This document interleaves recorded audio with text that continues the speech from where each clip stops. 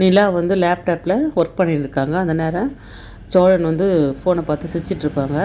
இதை பார்த்த நிலா வந்து சோழன்கிட்ட கேட்குறாங்க, என்ன ஃபோனை பார்த்துட்டு சிரிச்சிட்டு இருக்கீங்க அப்படின்னு. ஒன்றும் இல்லை, மேட்ரிமோனியில் அப்ளை பண்ணியிருக்கேன், அது பொண்ணுங்கள்லாம் வந்து மெசேஜ் அனுப்பிச்சிருக்காங்க, அதை பார்த்து சிரிச்சிட்ருக்கேன் அப்படின்னு சொல்கிறாங்க. நிலாவுக்கு ஒரே மாதிரி கோவம் வந்துடுது. உடனே லேப்டாப் ஆஃப் பண்ணிவிட்டு உள்ளே ரூம்குள்ளே போயிடுறாங்க. அப்புறம் சோழன் வந்து மணி 1 மணி இருக்கும். அந்த நேரத்துக்கு தண்ணி குடிக்க வருவார். தண்ணி குடிச்சிட்டு நிலா ரூம் பார்த்தா லைட் எரிஞ்சுன்னு இருக்கும். அவங்கள கதவு தட்டி, என்ன ஒர்க் பண்ணிகிட்ருக்கீங்களா, மணி 1 தூங்கலையா அப்படின்னு சொல்கிறாங்க. தூங்கலாம் நீங்கள் போங்க அப்படின்னு சொல்கிறாங்க.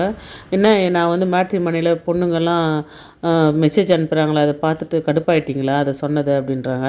அதெல்லாம் ஒன்றும் இல்லை, நான் ஏன் கடுப்பாகிறேன் அப்படின்னு சொல்லிட்டு அவங்க சமாளிச்சுட்டு போயிடுறாங்க.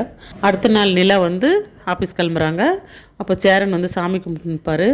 குடு நிலா லேப்டாப்பை வச்சு சாமி கும்பிட்டு தர அப்படின்னு சொல்லிட்டு வாங்கி சாமி கும்பிட்டு தராங்க. நிலா வந்து ஆட்டோவில் புறப்பட்டு ஆஃபீஸ் கிளம்புறாங்க. அப்போ போகிற வழியில் யோசிச்சுட்டே போகிறாங்க, எப்படி இந்த ப்ராஜெக்ட் வந்து எப்படி நம்ம சொல்கிறது அப்படின்னு யோசிச்சுட்டே போகிறாங்க. இப்போ லேப்டாப் எடுத்து மறுபடியும் ஆட்டோவில் பார்க்குறாங்க. திரும்பி அந்த பேக்கில் வச்சு கீழே வச்சிடுறாங்க. நிலா ஆட்டோவில் வந்து இறங்கும் போது லஞ்ச் பேக்கை ஹேண்ட் பேக்கை எடுத்துன்னு இறங்கிடுறாங்க. லேப்டாப் பேக்கை மறந்துடுறாங்க.